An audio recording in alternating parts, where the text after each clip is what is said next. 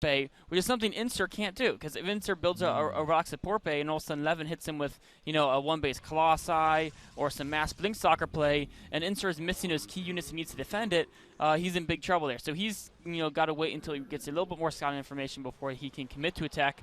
Of course, he's getting probes 2 at a time already. There's that War President speed you were talking about earlier coming out of that robotic support bay for 11. Yeah, a really cool build, really fun to watch as well. The players with the best multitasking abilities can really make some fun stuff happen, including the crazy drop micro with the mortals, but initially just dropping in the main base, taking out pylons, taking out probes, swinging over to the natural expansion, keeping your opponent at home. Of course, I feel like there is a risk here if you decide to pick up your mortals and make your way across the map with that warp prism. If your opponent attacks while you're doing that, that can be a little bit tricky. Could create crazy potential base trade type scenarios. But again, that remains to be seen. Insur up to 75 supply already to Levin's 58. So I feel like Levin is going to have to be able to do a decent amount of damage with these 2 immortals in this War Prism. He's definitely gonna try to put some of that. Of course, a lot of that supply difference is Insur balanced by a tech advantage that Levin has. He spent a lot of money in that support bay and into War Prism Speed, and he's already starting Colossi. So it's definitely fine to be behind in food as long as you have those Colossi. Sure. Insur, like you mentioned, does know the War Prism's on the way. So how is he gonna allocate his defenses? Looks like he's got the anti-drop control group. If he plays it right, he could kill it for free. It has speed, so. It's faster. Challenge accepted, says Insur. Insur's definitely going to try for that. Of course, if Levin is on top of his mini-map and his vision, there's no way he should lose that War Prism. He should just be able to fly it away without a problem there. But the fact that Insur's able to deflect without taking damage is nice. Of course, it still keeps Insur at home, so I'd love to see Levin actually pull somewhat of a greedy move, taking a 3rd base now would be great. Or actually, adding in that 2nd robotics is another way to do it. Invest a lot in tech. I would expect to see 0 warpins for Levin over the next 4 minutes. So is Levin kind of hoping Insur takes 3rd base and then might try to construct a timing behind this double Robo Colossi production? No, I don't think there's no necessary timing coming out anytime super soon. The fact, if Insur does take a 3rd, he might decide to go down that route, but it's certainly not what he's hoping. If he was just getting the double Robo just to stay safe with the 3rd Nexus. Well, I'm just saying because Insur hasn't necessarily done the same thing. It doesn't. There's really a choice. Do you want to have a heavier Colossi composition, or do you want to have a little bit of an economic advantage? Both sides have their merits, and both players opting for upgrades. I expect Insur to add in as soon as Insur can identify that Levin is not going to throw a really fast time at him. He might add in a 2nd robotics, but the fact that he got that 3rd Nexus sometimes makes a player more afraid to invest in robotics and wanting to add in a ton of gateways. Levin looks like he is going for that timing you were speaking of, adding a ton of gateways, and he's still looking to do damage to that War Prism with speed. Yeah, and this is going to be a little bit tricky. It's going to be a little bit challenging for Insur. Of course, what Levin should be able to do with this is probably push with a few Colossi actually trying to do some fancy drop micro, baiting some force fields. That's not a huge deal. But yeah, the purpose of adding these 4 gateways is so you can maximize your push, because you don't really have to wait for the Colossi. You can just warp in nothing but gateway units once your Colossi get across the field. But again, Insur does have that observer still over his opponent's main composition, was able to see the double Robo production. So he should have a good idea this is going on. At the same time, though, Levin taking that 3rd base. So it remains to be seen whether or not Levin is going to try to push across the map and get some damage done. He very well might. A ton of gateways he has at his disposal, giving him the option of doing some mass warpins. Of course, he hasn't done a single warp in the last few minutes. That's very, very standard. As long as you have that scout on your opponent with a speed warp prism, you know they're not pushing you.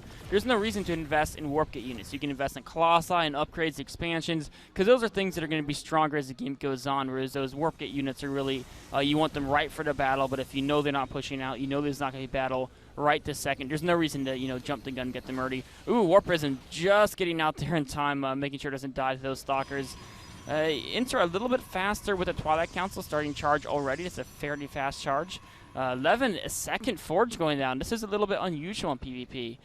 Most players opt to spend all their gas on Colossi, Archons, and attack upgrades. Levin saying, you know what, I don't really, I really want to get some of these armor upgrades as well. Not so common for players to get those these days. Insur, of course, doing the other thing, getting that Templar Archives, looking to invest in Archons. I think that tells me Levin really wants to play defensive. Of course, as I say that, he'll probably push out and be aggressive. But, when you get those double Forge, obviously you want to get an upgrade advantage, and it wouldn't make too much sense to push right when you add that on that 2nd Forge. Instead, you wait around, wait until you get an upgrade advantage, and then maybe try to time an attack off of a 2-2 or a 3-3 type type play. But Insur, again, he's so proactive with these observers. I wonder if he's going to spot the second forge, because I think that'd be a pretty nice thing to see. It would be. It would mean he doesn't have to worry about attack anytime soon. He could, attack from Mothership and his own second forge. These Immortals starting to do some damage, killing a couple probes here. Levin's really showing that even though the Warp Prism was parried early on, it has uses throughout the entire game. I mean, Insur could get Blink Tech to counter it, but this is a stage where you don't really want to make Stalkers. Stalkers are so bad in these late game battles. That they're great early game for mobility play and map control, but once you're at the point where it's already Colossi Wars, you really want to spend all that gas on Colossi Archons and upgrades. Stalkers just don't have the damage or the life to really stand up in these large scale engagements. Levin and Templar Archives as well, so he's going to have Archons as well, maybe a few less than Insur, but like you mentioned earlier, he does have that armor upgrade going for him, and I think he might have a Colossi lead. Why don't we check out exactly where these players are at with Colossi. Levin having one more Colossi than his opponent. In fact, Levin is actually still building Colossi. He's going to go up to 10 Colossi. That's pretty unusual. In modern PvP, most Protosses opt to stop at 8 and then go to Immortals, but Levin, I think he's already at 10 and he's making 2 more. Maybe he wants to go for 11 Colossi. Oh, that would be just the perfect number for him. Quite a clever idea here. Inserting more standard things, switching over to Immortal construction after he's got those 8 Colossi. Now, the interesting thing here is the reason why most people stop at a short number of Colossi is because you run into overkill problems as you scale them up. But if Levin can get a good enough concave where no more than 5 Colossi hit, exactly. If he just gets the perfect large scale concaves, the high Colossi count can actually work. It's not like it's a compositional mistake. This is a map where it does work. I think. There's a lot of open spaces on this map. There are, exactly. So it's very it's just very different. Insur going for an attack here. Levin with very little meat shield for his Colossi. He's got to warp in a ton of Zealots or he'll be overrun here. He has the gateways to do it. 7 Zealots in production right now. It looks like his upgrade advantage is complete. I mean, +2 weapons just finished. Insur's still trying to make it work. Colossi coming in from the right-hand side. Insur has that supply Immortals lead. on the right, just plowing through those Colossi, and Levin with not enough meat. Oh, a nice little Immortal flank on the left side by Levin. Insur's backing away from it. He's still got plenty of Colossi. Levin with some charge routes heading in here. Where are Insur's charge routes to answer it? He's got to have a warping coming. There it is. A few charge routes for Insur going to enter the fray. His Immortal's still doing good work. Levin's Colossi count is absolutely being dismantled. 1 Colossi left. It's on the retreat. Zealots are running after it. It goes down. Levin with just Zealots left. Insur is pushing in here. And you know what? I think Levin's gotta tap out here. There's just nothing left for him. Going to try to make something happen with all these charge lots. He just warp in. Insur going to back up, getting some charge lots of his own. Has a high Templar mixed in. There's his buddy going to be made into an Archon. But yeah, Insur has that supply lead, 144 to 82. And I feel like Insur just hit that perfect timing where Levin was about to stop making Colossi and really start investing into the meat, as you said, more Immortals, more gateway units. But Insur able to hit before that happened. And up 148 to 70 supply. There's not much Levin can do from here. And there really isn't. I mean, Levin with a little bit of a defense or some charge dots, 2 more Colossi coming out. But, I mean, Insur just got way too many Colossi, even evaporating Archons.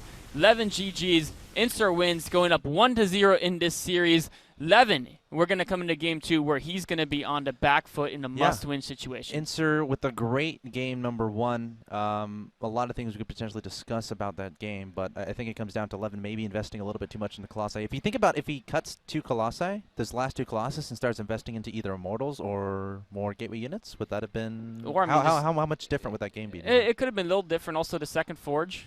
Sure.